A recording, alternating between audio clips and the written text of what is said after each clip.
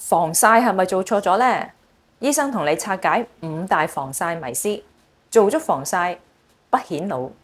Hello， 大家好，我係林美醫生。透過呢個 channel 咧，可以將一啲比較難明啦，或者複雜醫美或者皮膚問題咧，用一啲貼地啲嘅簡單啲嘅方法咧，解釋俾大家聽嘅。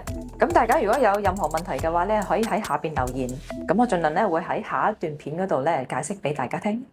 大家好啊，我係林美醫生。如果大家只能保留一個護膚步驟咧，咁我一定會揀防曬啦。因為真正令到皮膚老化嘅元兇咧，並唔單止係年紀，而係紫外線。咁所謂嘅光老化咧，咁就係長期 UVA 同埋 UVB 傷害皮膚造成嘅老化嘅現象。咁今日咧，我同大家拆解返5大防曬嘅迷思，同時講清楚咧物理性防曬同埋化學性防曬嘅分別嘅。咁迷思1啦，陰天或者室內咧係咪唔需要防曬咧？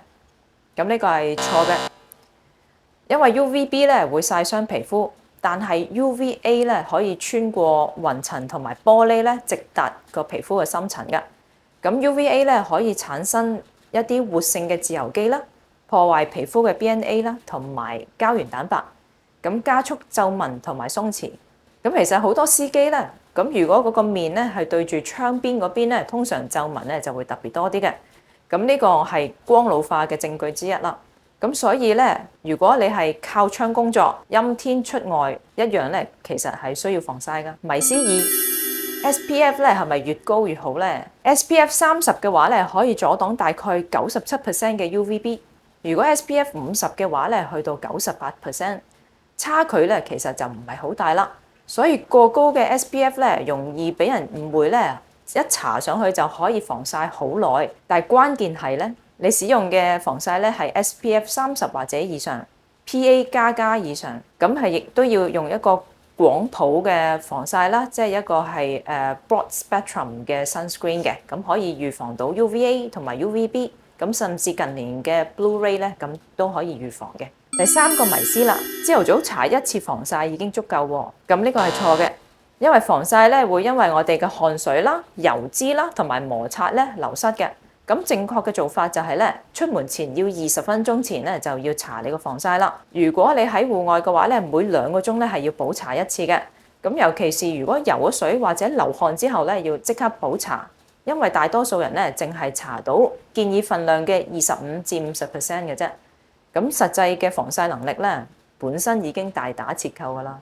迷思4，深色嘅皮膚咧唔怕曬嘅，係咪咧？深色嘅皮膚咧比較冇咁容易曬傷，但係 UVA 咧仍然會導致一啲 DNA 嘅破壞啦，包括色斑啦、鬆弛、毛孔變粗，甚至咧皮膚癌嘅風險喎。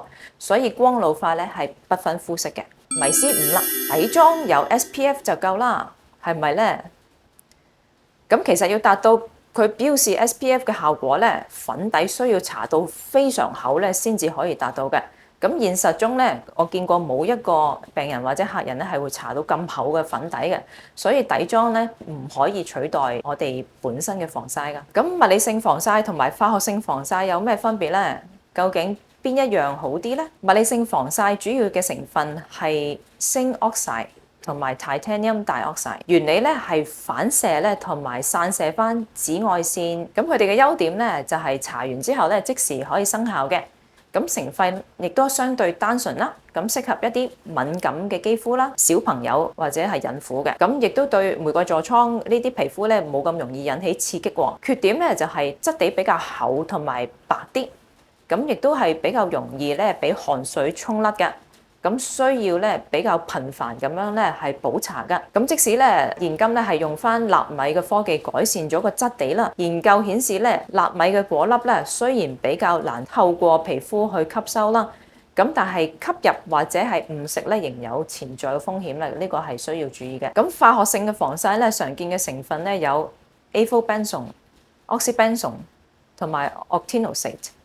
咁呢啲原理咧，咁其實就係吸收咗紫外線咧，並轉化咗咧佢係熱能咁樣釋放嘅。咁優點就係咧質地咧比較輕薄啲，容易推得均勻啲。咁亦都可以同其他護膚成分咧係複合嘅。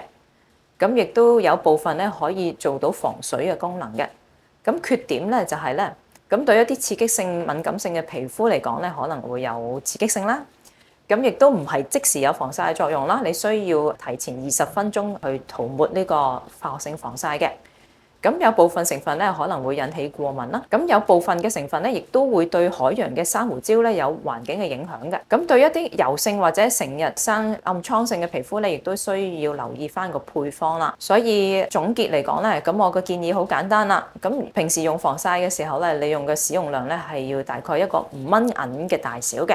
咁建議咧，你個護膚程序最後一步咧，先至搽防曬啦。咁如果戶外工作或者係活動嘅話咧，就要每2小時補搽一次啦。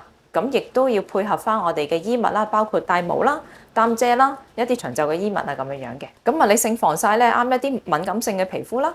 化學性防曬咧，適合一啲日常輕薄嘅需求嘅。咁不論你係揀物理性防曬定係化學性防曬咧，咁最重要咧就係每日使用啦。真正嘅抗衰老咧，唔係在乎於你用幾貴嘅療程，而係你係咪每日都有搽防曬喎。我係林美醫生，下次再見。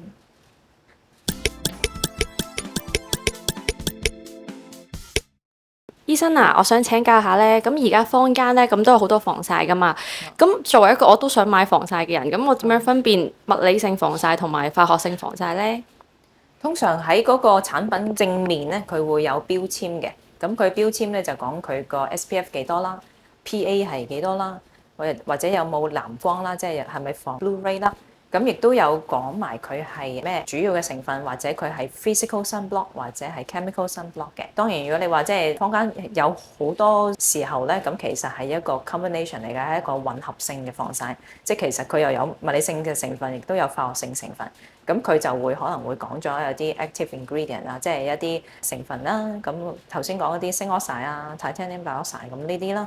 咁或者係加埋有其他嘅 chemical sunscreen 嘅成分，咁佢就可能會 list 咗啲成分名啦，或者佢係會講自己係 physical 或者係 chemical sunscreen，或者係一個 broad spectrum 嘅 sunscreen 啦。咁 broad spectrum 嘅意思就係闊譜啦，咁嘅意思佢就係可以預防到 UVA 同 UVB 嘅。如果你話都佢好似唔係太清楚究竟佢係咪物理性喎，咁有時就係有啲人會選擇即係小朋友適用嘅防曬，因為呢啲產品通常係物理性防曬嚟嘅，咁你就即係會揀一啲成分比較簡單啲，或者係冇咁容易有刺激性嘅防曬啦。如果你中意呢條片嘅內容，請俾個 like 支持我哋啊，同埋記得 share 出去俾你同樣貪靚嘅朋友，再 subscribe 埋 channel 就唔會錯過我哋最新嘅美容資訊啦。